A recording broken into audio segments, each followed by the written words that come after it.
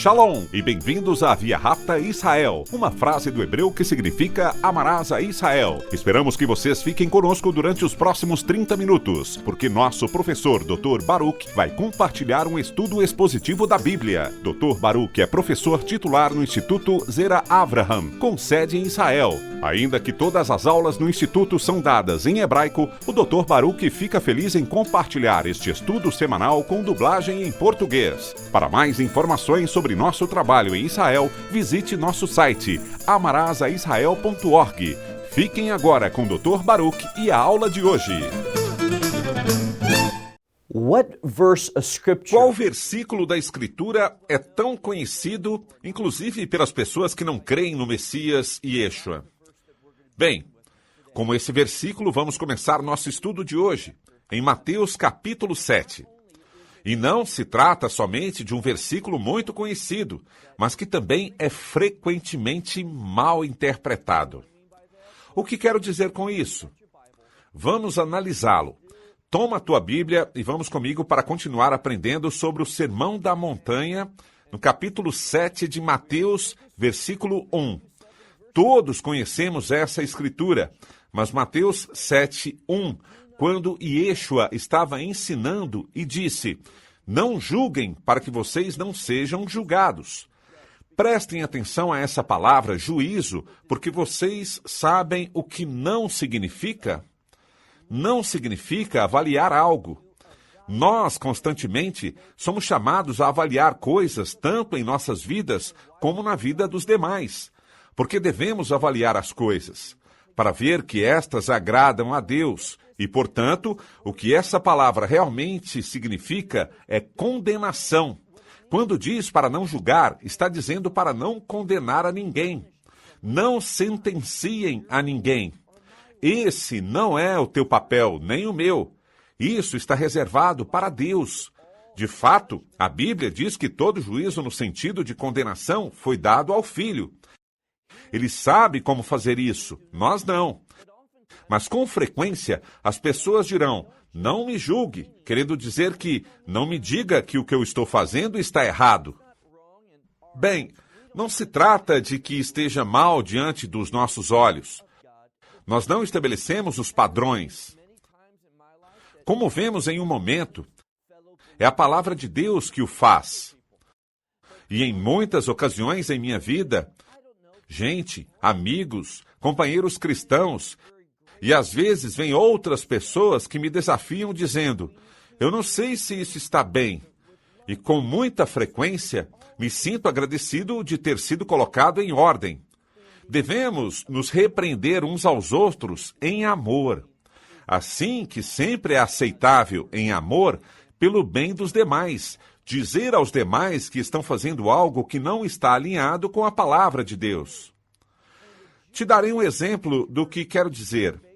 Sabemos que no sistema penal existe um jurado, e um jurado determina com base na informação recebida nos padrões da lei se alguém é culpável ou não.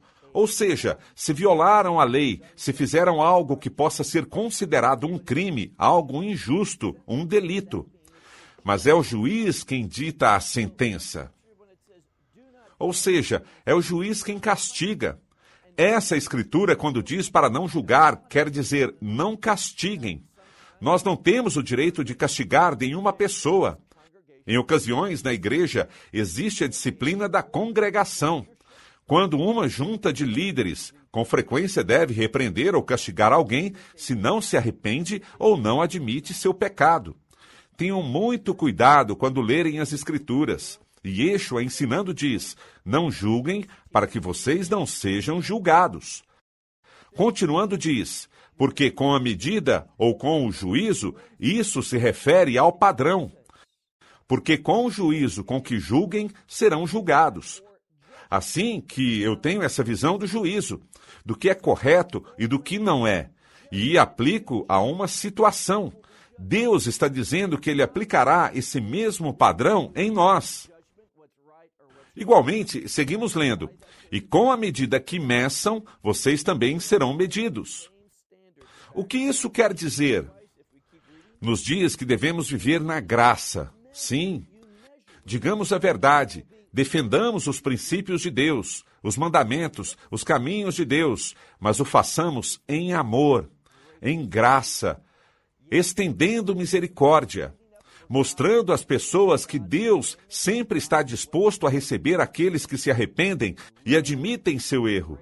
Ele nos adverte que quando atuamos condenando as pessoas, quando queremos castigar alguém ou maltratá-lo porque não gostamos do que faz, Deus diz para que tenhamos cuidado, porque esse padrão de juízo, essa medida que usamos, será usada para nos medir também. Agora, o seguinte versículo fala do exemplo de por que não devemos ser tão duros, falando de condenar ou julgar os outros. Mas, repito, não significa que não possamos dizer com amor a alguém que está violando um mandamento, que está atuando fora da vontade de Deus. Está permitido e somos chamados a fazer isso. É o que se chama de exortar uma pessoa. Mas notem o que diz aqui. Explica o problema no qual nós nos metemos com frequência ao ser tão duros apontando os erros, as falhas e os pecados das pessoas, mas ignorando nossas próprias falhas. E por isso a primeira desse versículo é tão importante quando nos adverte sobre o padrão, a medida que usamos. Isso é o que diz. E por que vês a arqueiro? Isso se refere a um pedacinho de madeira. No hebreu moderno, quando vemos essa palavra, aqui estamos estudando a Bíblia em grego, mas sua contraparte em hebreu é um sinônimo de palito de dentes. E em um momento veremos uma palavra que é como um grande pedaço de madeira de aproximadamente 1 metro. Uma tábua grande de madeira. Diz aqui, porque vês o arqueiro no olho do teu irmão, você pode vê-la e notá-la, mas a grande tábua que está no teu olho, você não presta atenção. Essa não é mais que uma característica humana. O mesmo que nós fazemos, quando é feito por outras pessoas, nos parece pior. E vemos que nossos pecados, nossos erros, nossas condutas, fora da vontade de Deus, bem, não está tão mal. Bem, esse é o oposto do que deveríamos pensar.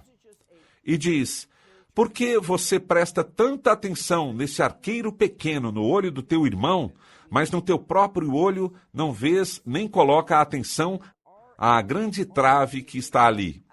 Ele diz, avançando ao versículo 4, e como você diz ao seu irmão, permita-me tirar o arqueiro do teu olho, e eis aqui essa trave está no teu próprio olho?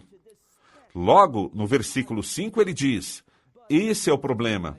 Vemos uma palavra que Yeshua usa com frequência, e se trata da palavra hipócrita. Isso significa que quando alguém utiliza um padrão para si mesmo e outro para os demais. Naturalmente, na carne, existe uma tendência humana a fazer isso. A ver as ações de outras pessoas, apesar de que nós façamos o mesmo, como se fossem mais ofensivas, como se estivessem mais equivocadas, como que desagradam mais a Deus e damos a nós mesmos certa permissão. Isso não é o que deveríamos fazer. Deveríamos fazer justamente o contrário. E diz, hipócrita, tira primeiro essa tábua que está no teu olho, e então, e aqui utiliza a palavra blepo, que significa ver ou perceber. E aqui ele utiliza essa mesma palavra com o prefixo dia, que significa através. Nesse sentido, significaria inteiramente. Diz, primeiro você deve se desfazer dessa trave que está no teu olho para poder perceber essas coisas claramente, mais a fundo. As verá inteiramente para que assim possa tirar a trave do teu próprio olho. Tudo tem a ver com ter a perspectiva correta. Agora, ele continuará com essa mesma ideia de ter a perspectiva correta com respeito à nossa vida de oração. E não percam a conexão. Existe uma correlação, uma verdade importante que está nos ensinando aqui, e é a seguinte: a maneira como nos relacionamos com os demais afetará a minha vida de oração. E agora buscará nos dar uma perspectiva adequada para a oração, ao entender quão generoso, quão bom e quão maravilhoso como provedor é nosso Deus. Qual é a chave para receber sua provisão? Bem, algo que nunca devemos menosprezar é o poder da oração. A oração, creiam nisso que lhes digo, a oração produz mudanças. E quando oramos de forma adequada, a oração gera, como veremos em um momento, a oração gera uma mudança naqueles que oram. Produz uma mudança na sua conduta. A oração nos faz ativos, participantes ativos nos planos de Deus. Notem o que ele diz. Avançando ao versículo 7, lemos: peça e lhe será dado. Deus está dizendo que quando pedimos, Ele responderá. Agora, como será essa resposta? Ele nos responderá de acordo com aquilo que é bom. E veremos como ele se aplica esse princípio bíblico a nós, mas devemos entender que Deus responderá a nossas orações de acordo com o que seja bom, de acordo com o que seja o reflexo da sua vontade. Assim que somos ordenados, peçam e o será dado. Mas só porque nos seja dado, não significa, e não se perca disso, não significa que já está em minha posse e eu tenho direito de pedir. Deus me dará e eu o terei. Não é o que a Escritura diz. Só diz que Deus liberou algo, mas não significa que eu já o recebi, porque existe outra parte. Lembrem do que disse. A oração nos faz participantes ativos naquilo que Deus está fazendo. Assim que pedimos, o que ele diz logo? Continua dizendo: busquem e encontrarão. Aqui, esta palavra encontrar é a palavra normal para encontrar algo mais. Nesse contexto, simplesmente se refere a localizar algo. Uma vez mais, não significa que eu esteja de posse de algo, mas significa que sei onde está algo. Porque há um terceiro aspecto muito importante que é mencionado no final do capítulo 7, e diz: batam e se lhes abrirá. Assim que três coisas são as que devemos fazer com o fim de receber o resultado da oração. Começamos pedindo. Como disse a Escritura em outras passagens, que seus pedidos sejam conhecidos diante de Deus. Tiago diz: vocês não têm porque não pedem. Assim que pedimos, Deus se move e Ele proverá. Bem, às vezes, não pedimos de uma maneira apropriada. Ou seja, pedimos algo que talvez seja uma necessidade genuína, mas focamos em pedir uma solução que não é precisamente a solução de Deus para nós. E por isso, com frequência, digo às pessoas que elas não deveriam orar de uma maneira muito específica. E o que quero dizer é isso: se você tem uma necessidade em tua vida, seja específico em tua necessidade. Isso está bem. Mas não seja tão específico sobre como essa necessidade deve ser suprida por Deus. Ele já está a par da tua necessidade, mas ele pode responder à tua oração, prover para ti de uma maneira diferente. Algo que, obviamente, será melhor para nós. Algo que trará mais benefícios e mais resultados em nossas vidas. Aqui está o problema.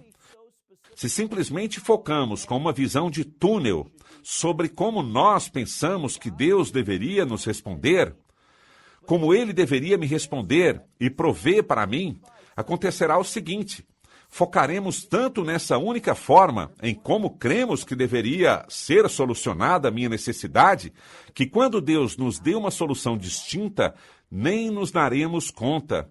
Tropeçaremos sobre ela e a ignoraremos, porque não era o que tínhamos em mente.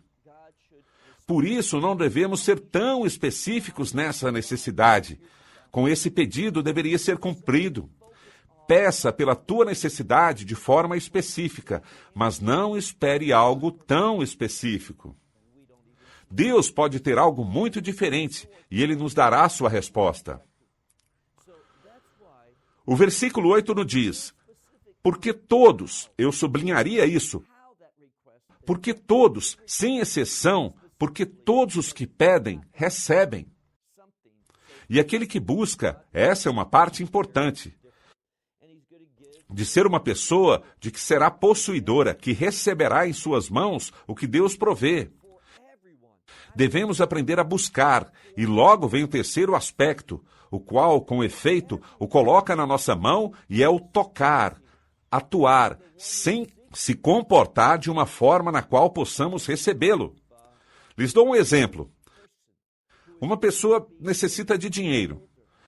E Deus move alguém a depositar na conta bancária dessa pessoa um valor em dinheiro. Então a pessoa pede.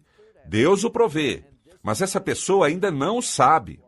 Não sabe até que começa a buscar e o encontra. Mas ainda que saiba onde está o dinheiro, nessa conta bancária, até que não escreva o cheque ou vá ao caixa automático, ainda não terá o dinheiro em sua mão. Assim que essas três coisas vão juntas: pedir, buscar e tocar. E diz aqui que quando fazemos isso, vamos descobrir que a porta se abrirá para nós. Por quê? Notem o versículo 9. Certo homem entre vocês, agora ele nos dará um exemplo sobre Deus, como Deus responde na sua natureza.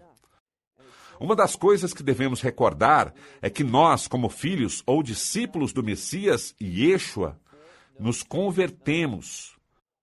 Ouçam bem, nos convertemos em filhos de Deus só pela fé. Existe uma grande diferença em ser uma criação de Deus. Todo ser humano é uma criação de Deus. Mas não todos os seres humanos são filhos de Deus. Por quê? Porque nos fazemos filhos de Deus por meio da adoção. Essa adoção requer algo. Essa adoção requer fé. Especificamente na mensagem do Evangelho.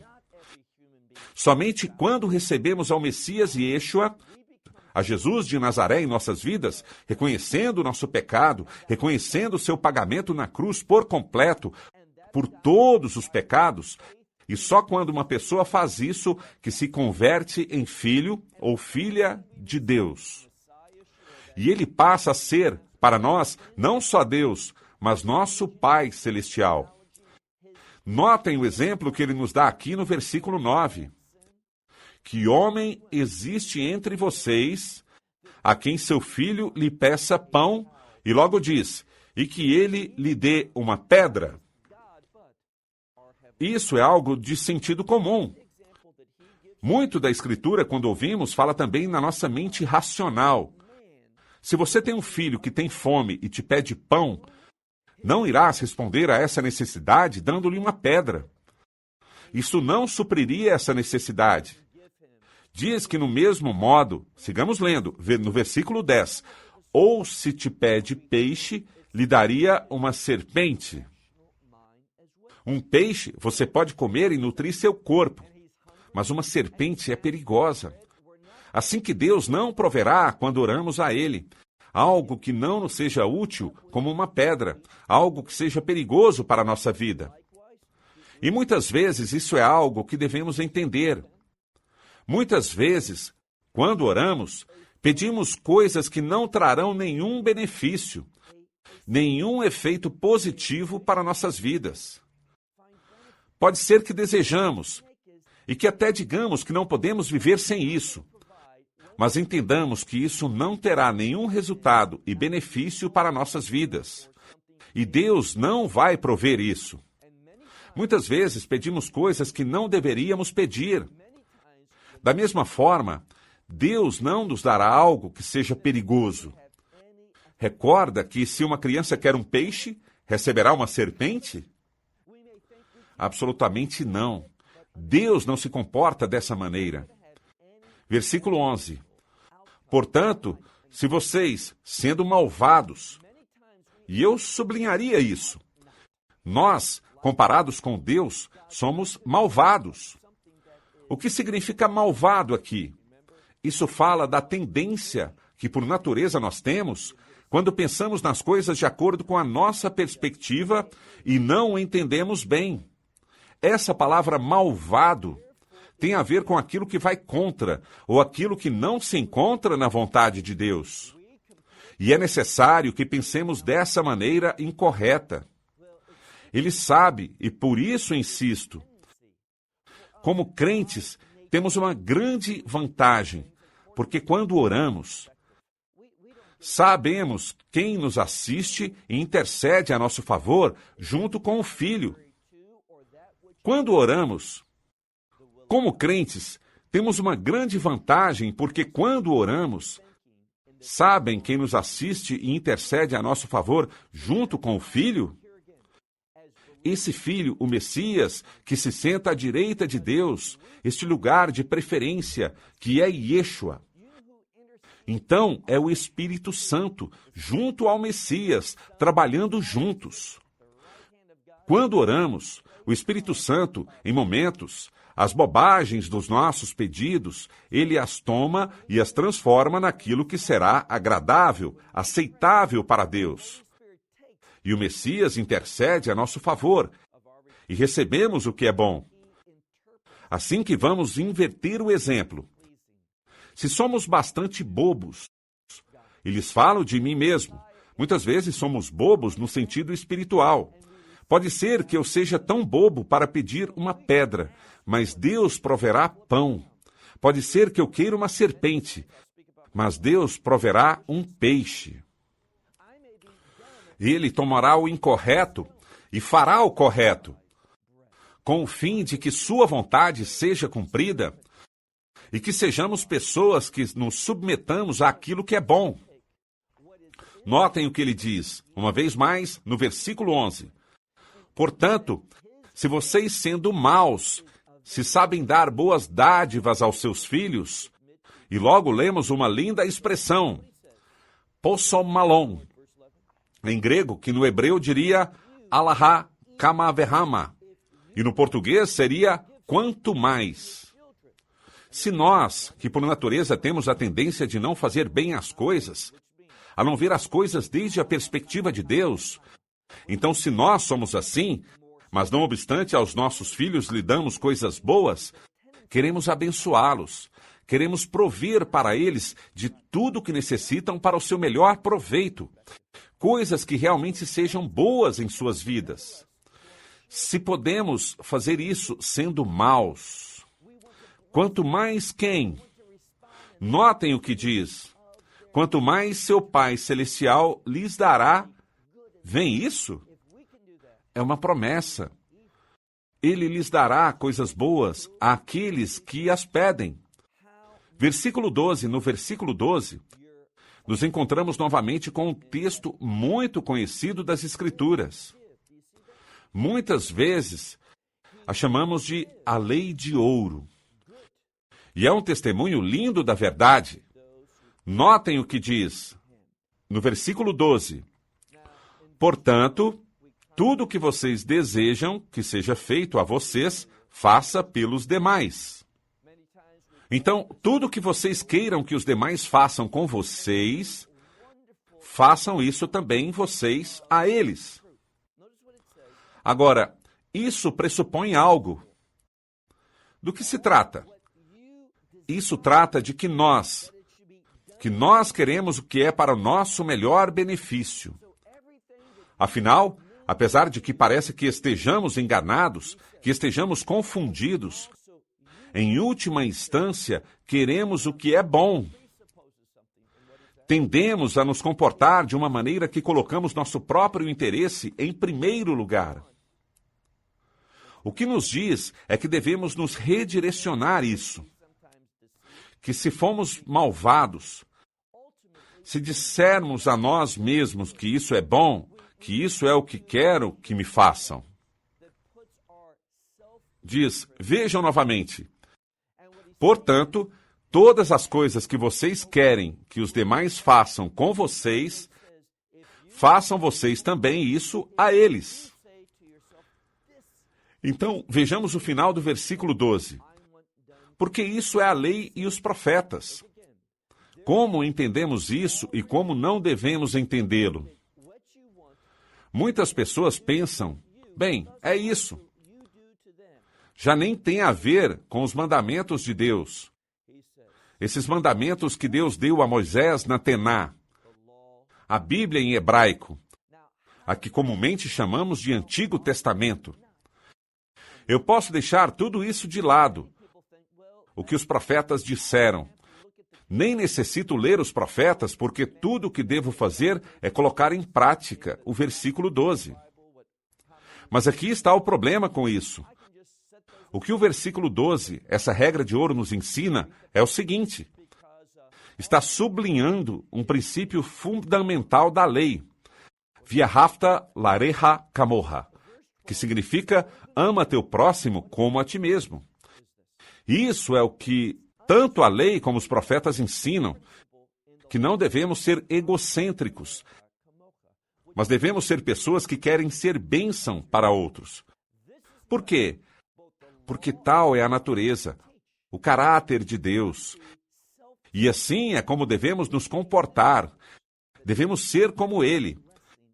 Assim que essa Escritura nos diz que devemos ser indivíduos que tomam esse amor natural, essa preferência natural por nós mesmos, e a reconduzimos, a redirecionamos, focando nos demais. Quando fazemos isso, estaremos caminhando no mesmo sentido da lei e dos profetas. A revelação de Deus. E isso é o mais importante. São os mandamentos de Deus e são as palavras dos profetas as que nos dão uma correta perspectiva para isso. Essa é uma declaração geral. Ama teu próximo. Coloca os demais antes de você mesmo. Não faça a outros o que você não quer que façam com você. Pelo contrário, faça aos demais o que você gostaria que fizessem para ter a perspectiva correta de como fazê-lo. Naturalmente, serão os mandamentos de Deus que nos iluminem, nos instruam, nos possam dar uma clara revelação. E essa é a chave da nossa responsabilidade com os demais. Como crente, como filho de Deus, você tem uma responsabilidade com os demais. E isso deveria ser fundamental na tua vida de oração. Bem, terminou o nosso tempo. Nos vemos na próxima semana. Shalom, desde Israel. Shalom from Israel. Esperamos que você tenha desfrutado da aula de hoje e que possa compartilhá-la com outros. Te convidamos a participar e nos acompanhar a cada semana, a esta hora e por este canal, em mais um episódio de Amarás a Israel. Para mais informações em português, visite amarasaisrael.org, onde encontrará muitos outros estudos realizados pelo Dr. Baruch. Até a próxima semana. Que Deus, nosso Messias e Yeshua, nosso Senhor Jesus Cristo, te abençoe durante a sua caminhada com Ele. Shalom, desde Israel.